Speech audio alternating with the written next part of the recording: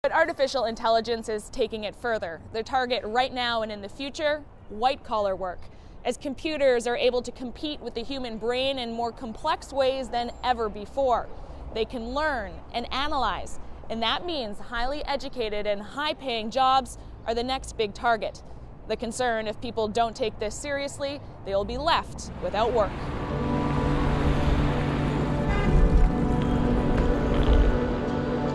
Really, it's happening already, but it's in a subtle, slightly unseen way. So it's not just... Sunil Johal is a Canadian expert in technology and public policy. He says Canada could see anywhere from 1.5 to 7.5 million jobs lost over the next decade due to automation. While there's no consensus on just how many, the fact is jobs are already being lost. We're used to the manual labor jobs being taken by machines, but now we're starting to see in fields like medicine, law, investment banking, dramatic increases in the ability of computers to think as well or better than humans. And that's really the game changer here, because that's something that we've never seen before. Think about banking. ATMs started replacing bank tellers in the 90s. Not that long ago, Goldman Sachs employed 600 highly paid U.S. cash equity traders. Today, there are just 2. They get the same amount of work done with the help of 200 computer engineers. I don't think outsiders would necessarily know that people are losing their jobs to software. But as an employee of the bank, it was everywhere, so everyone was aware of it.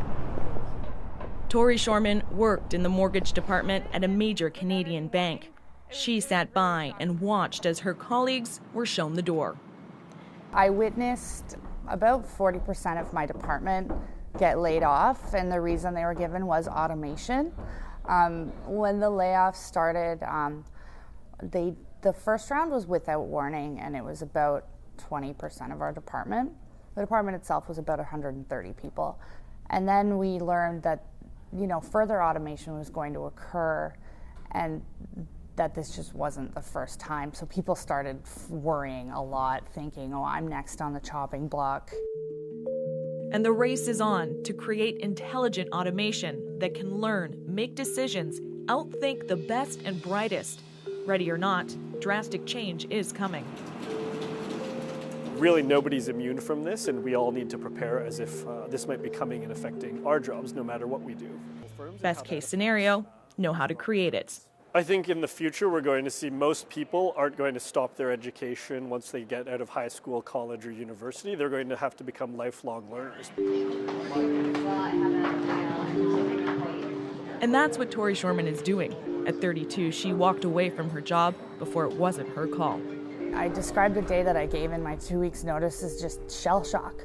All my friends were so excited for me, saying like, you're living the dream, you're doing what you want, but it was terrifying, to be honest, to give that up and to go without a paycheck for 2 or 3 months. But now that I'm in it and doing that, I'm way more confident that I've made the right choice. Shouldn't this be the key? Her choice was to take a chance on something called Lighthouse Labs in Toronto. They offer a 3-month intensive course to essentially master coding. It meant radically changing her career, like many Canadians are doing now. Oh, I know, this is good, Let's do our PR page. So far, it's been 2 weeks, and it's definitely been a huge challenge. A lot of ups and downs, but we'll see where I am in 8 weeks. School founder Jeremy Shackey says a single class can have students in their teens and some in their 60s. There's a great conversation going on right now about coding as more of a blue-collar job, if you will, and that it's really for everybody. This isn't about being a math wizard. There are a lot of jobs there for people who just want to build and want to create, and a lot of jobs don't have that impact. No wonder then hundreds showed up to this one-day event in downtown Toronto to inspire people to learn code.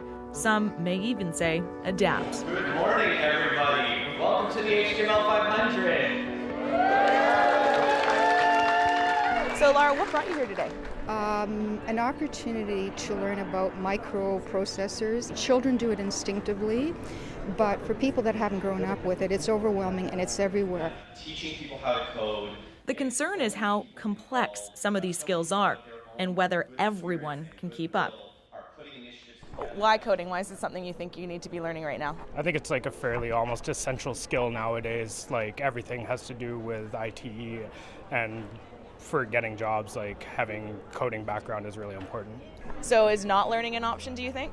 Well, if you want to be left behind, sure. And not wanting to be left behind is why Tori walked away from the world of finance and put her future on a new path.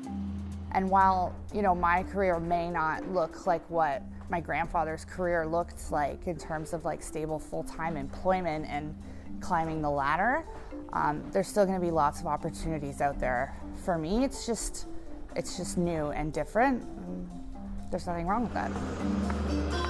Not only is nothing wrong with that, it's what the future looks like for Canadian workers. A world of change is ahead. Many of today's jobs won't be the jobs of the future, and all that increasingly intelligent technology will make sure of it. Renee Filipponi, CBC News, Toronto.